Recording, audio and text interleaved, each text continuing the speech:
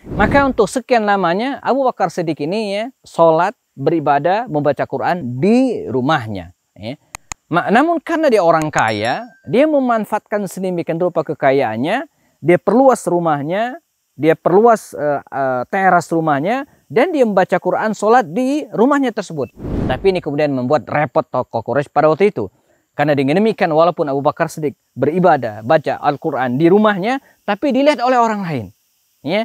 Dan disengaja oleh Abu Bakar Siddiq. Sehingga semakin banyak orang berkerumun, melewat, dan kemudian perhatikan. Lama-kelamaan banyak yang hafal dan tertarik dengan Islam.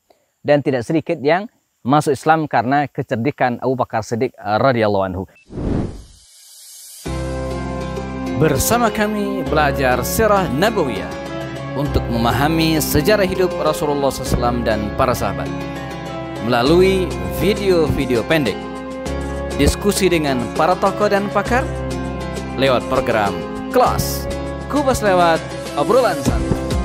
Apapun masalahnya, dikupas dengan cara yang santai dan penuh keakraban. Bersama kami juga menelaah kitab-kitab induk dan referensi terpercaya, menelisik hikmah, merangkai makna, lalu menuangkannya dalam karya tulis. Assalamualaikum warahmatullahi wabarakatuh. Ibnu Daghna atau Ibnu Daghina adalah salah seorang tokoh Quraisy yang tidak menginginkan Abu Bakar Siddiq hijrah ke Habasyah. Dan karena itu, setelah mengetahui Abu Bakar As-Siddiq menghilang dari Makkah dan dikabarkan pergi ke Habasyah, maka Ibnu Daghina ini segera memburu Abu Bakar Siddiq. Dan betul saja, dia menemukan Abu Bakar Siddiq dalam perjalanan ke Habasyah.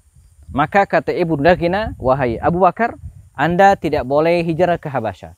Kami memerlukan Anda. Dan saat itu Ibnu Daghina bukan seorang muslim. Jadi Abu Bakar Siddiq ini bukan hanya dicintai oleh orang-orang beriman muslim saja, tapi juga non muslim juga membutuhkan Abu Bakar Siddiq radhiyallahu anhu. Kata Abu Bakar Siddiq, tidak mungkin saya masuk ke Mekah. Saya sudah menjadi orang pelarian, sudah meninggalkan kota Mekah. Mesti ada yang menjaminnya. Kata Ibnu Daghina, saya akan menjamin Anda wahai Abu Bakar Siddiq. Tapi dengan syarat. Maka disepakatilah ya, perjanjian antara Abu Bakar Siddiq dengan Ibnu Daghina. Apa itu? Abu Bakar Siddiq diperkenankan beribadah, membaca Quran dan ya, melaksanakan ajaran agamanya di rumahnya saja. Ya, tidak boleh keluar. Nah, dalam hal ini untuk sementara Abu Bakar Siddiq menyetujui karena dia melihat manfaat dan mudaratnya. Dia memanfaatkan ya, kesepakatan tersebut untuk kepentingan dirinya saat itu paling tidak. Maka untuk sekian lamanya Abu Bakar Siddiq ini ya sholat, beribadah, membaca Quran di rumahnya. Ya. Namun karena dia orang kaya, dia memanfaatkan sedemikian rupa kekayaannya, dia perluas rumahnya, dia perluas teras rumahnya, dan dia membaca Quran, sholat di rumahnya tersebut. Jadi secara hukum legalitas pada saat itu kesepakatan dengan Ibnu Daghina dan tokoh Quraisy, dia tidak melanggar. Itu rumahnya. Tapi ini kemudian membuat repot tokoh Quraisy pada waktu itu. Karena dengan demikian walaupun Abu Bakar Siddiq beribadah, baca Al-Quran di rumahnya, tapi dilihat oleh orang lain. Ya.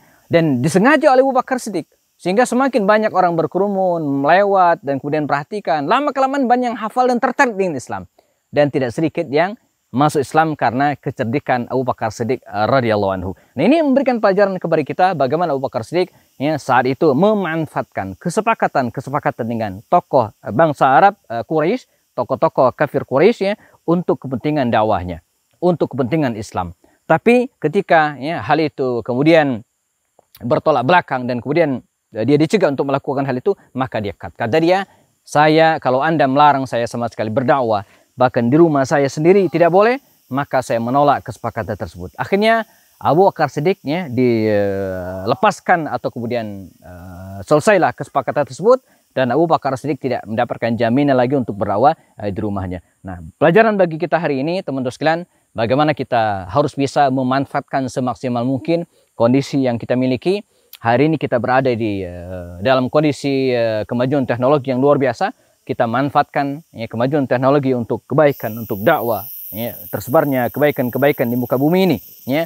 Dan jika kita tidak memanfaatkannya, maka orang lainnya akan menggunakannya. Semoga kita selalu diberikan petunjuk oleh Allah SWT dan diberikan petunjuk yang benar itu benar agar kita bisa mengikutinya, dan yang salah itu salah agar kita bisa menghindarinya. Allahumma arinal haqqa haqqa warzuqna ittiba'ah wa arinal batila batila warzuqna ijtinabah. Saya Happy Andi Bastani. Assalamualaikum warahmatullahi wabarakatuh.